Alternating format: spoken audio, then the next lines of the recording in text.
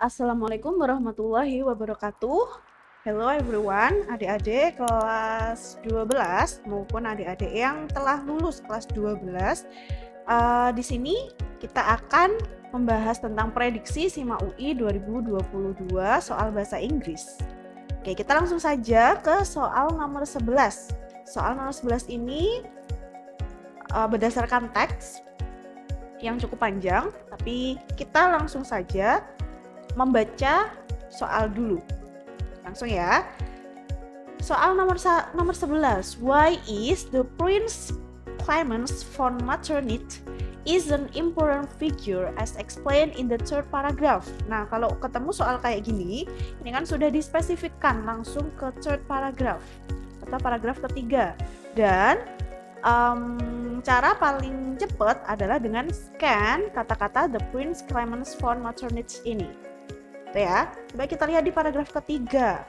Langsung di kalimat pertama ada Prince Clemens von Metternich. Pertanyaannya apa tadi? Kenapa dia adalah seorang tokoh yang penting?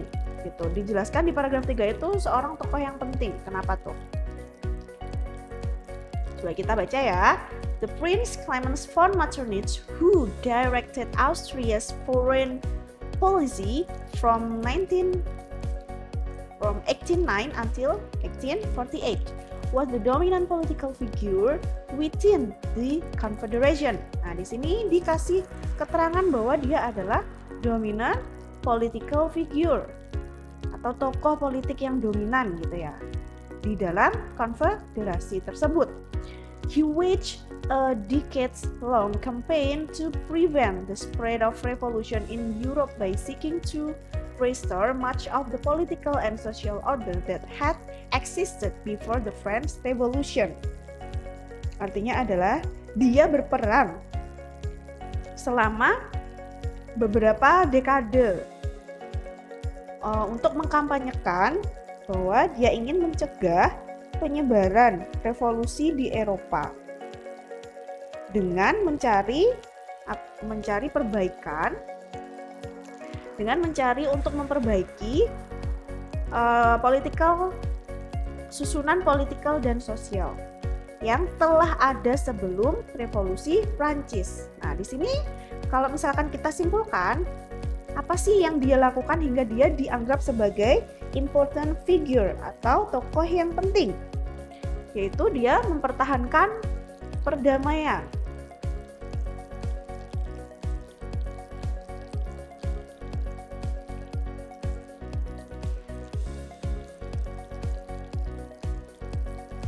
Mempertahankan perdamaian di bidang political and social order. Oke, kita lihat dulu pilihan jawabannya.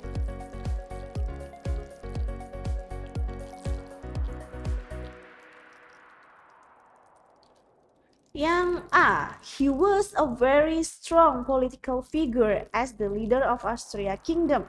Di sini kata-kata Austria Kingdom is incorrect, salah. Berarti yang A salah. Coba kita lihat yang B. He is one of the leader that become a part of the Vienna Congress. Note, dia bukan leader. Oke. Yang C. He signed several decrees and held campaigns all across Europe. Dia kampanye, dia tidak menandatangani beberapa decrees di sini. Berarti ini salah. Yang D, he is a very dominant political figure that was respected through Europe. Di sini kata-kata respected throughout Europe di sini tidak disebutkan. Kita lihat pilihan jawaban yang terakhir. He directed several policies that lead towards Europe's stability and peace. Ini ya, dia mendirect beberapa policies atau peraturan yang menyebabkan atau lead to Europe stability and peace. Berarti jawabannya yang I. Tadi di soal, di teks adalah mempertahankan perdamaian ya. Cocok dengan yang I, yaitu stability and peace. Oke, gitu ya caranya. Di-scan beberapa kata kuncinya lalu ditemukan kalimat yang bisa dijadikan sebagai informasi untuk menjawab soal. Oke, kita lanjutkan ke nomor 12. Masih dengan teks yang sama, tapi kita langsung ke soal dulu. The word deliberation in the first paragraph could best be replaced by. Berarti kita cari sinonimnya deliberation. Deliberation ini artinya adalah pertimbangan. Kita lihat pilihan jawaban A, B, C, D, E artinya satu-satu ya. Kita artikan conjugation ini adalah konjungsi. Elimination, eliminasi. Determination, determinasi.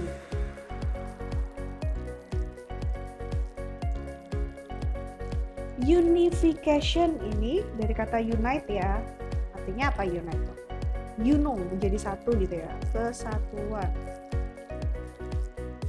Consideration ini dari kata consider atau berpikir gitu, berarti kayak berpikir kembali gitu ya, perhitungan. Jadi mana yang paling bisa dijadikan sebagai sinonim atau bisa menggantikan yang perhitungan. Oke, kita lanjut ke nomor 13. Di nomor 13 ini masih menggunakan teks, tapi kita langsung lanjut ke soal. Oke, what is the main problem that was addressed in the reading? Berarti ini sama aja kayak ngomongin main idea. Apa sih problem utamanya di situ yang dibahas di teks? Caranya kita lihat dulu teksnya di paragraf 1 dulu. Kira-kira masalahnya apa? Itu biasanya dikenalkan di paragraf 1. Oke, kita baca. US President Barack Obama said in a weekly address that he is encouraged by congressional efforts and other endeavors to change the fact that while the US is home to 5% of the world's population, it has 25% of the world's prisoners. The president said every year we spend $80 billion to keep people locked up. Obama said the real reason for the soaring prison population is over the last few decades. The US had locked up more non-violent offenders than ever before, for longer than ever before. He said in too many cases, our criminal justice system is a pipeline from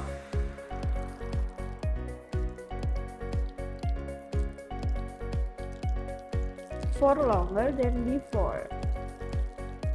Underfunded schools to overcrowded jails. The president said he has taken steps to reverse that trend by investing in schools that at risk young adults, signing a bill reducing the 100-to-1 sentencing disparity between crack and powder cocaine, and commuting the sentence of dozens of people sentenced under old drug laws we now recognize were unfair.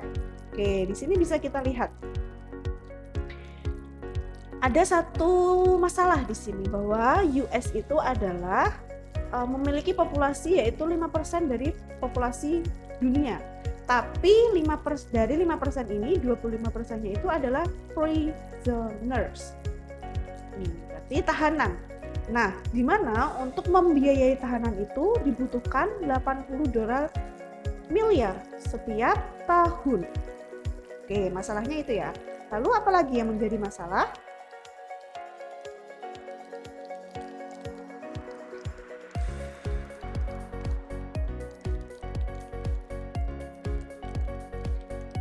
Nah, di sini yang menjadi masalah kedua adalah justice system ini sangat tidak adil atau unfair di sini dikatakan. Jadi katanya Obama di terlalu banyak kasus sistem keadilan kriminal kita itu masih underfunded dan sebagainya. Di sini dijelaskan bagaimana tahanan tersebut masih justice sistemnya atau sistem keadilannya masih tidak adil. Oke, kita lihat di pilihan jawaban.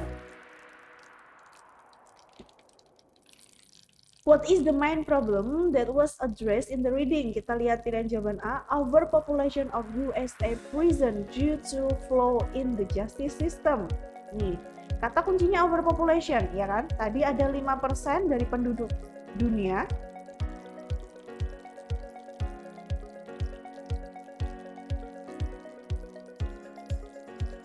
Tapi 25%-nya itu adalah tahanan, prisoner. Jadi overpopulation nih, tahanan di Amerika yang diakibatkan oleh kekurangan atau di sini bisa dikatakan unfair dari sistem keadilan di Amerika. Berarti kemungkinan ini benar, tapi kita lihat di pilihan jawaban lain dulu. Overloading cost for USA prisoner. No, karena tadi katanya underpaid. Berarti yang ini enggak. Yang C, battling.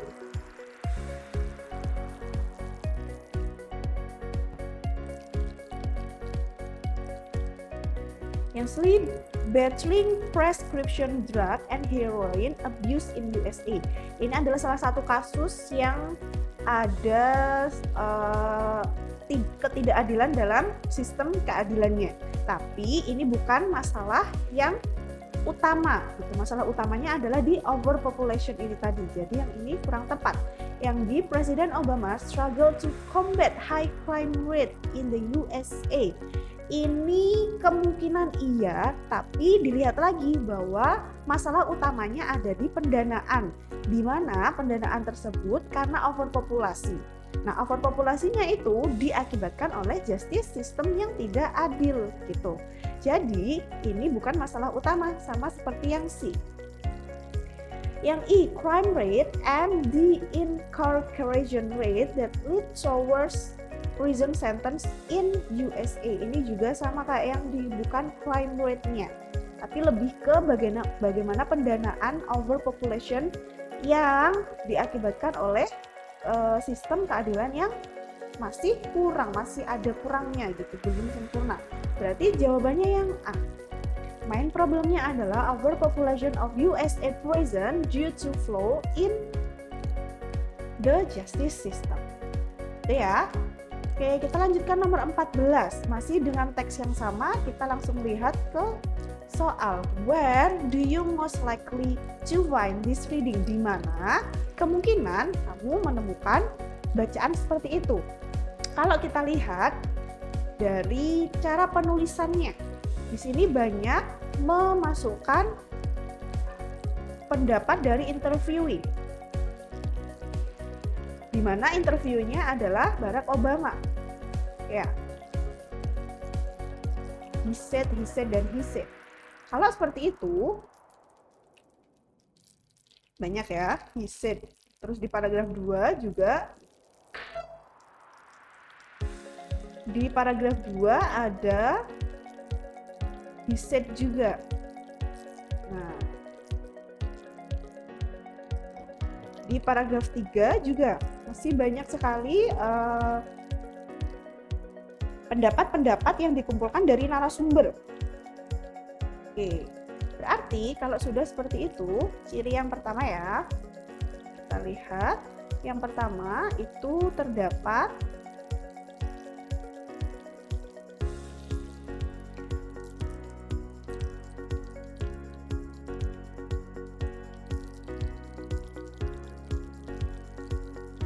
kutipan-kutipan dari narasumber.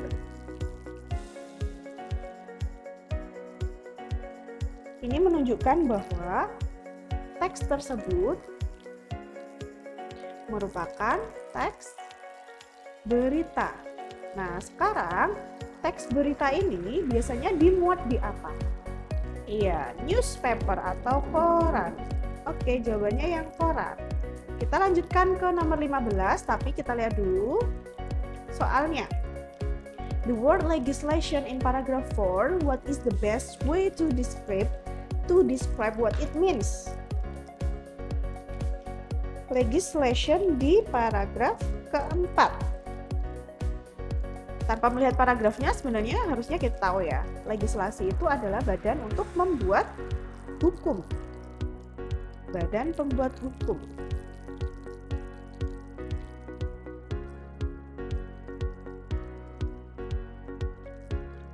Berarti kalau misalkan kita mau tahu legislation itu apa, berarti yang berhubungan dengan pembuatan hukum.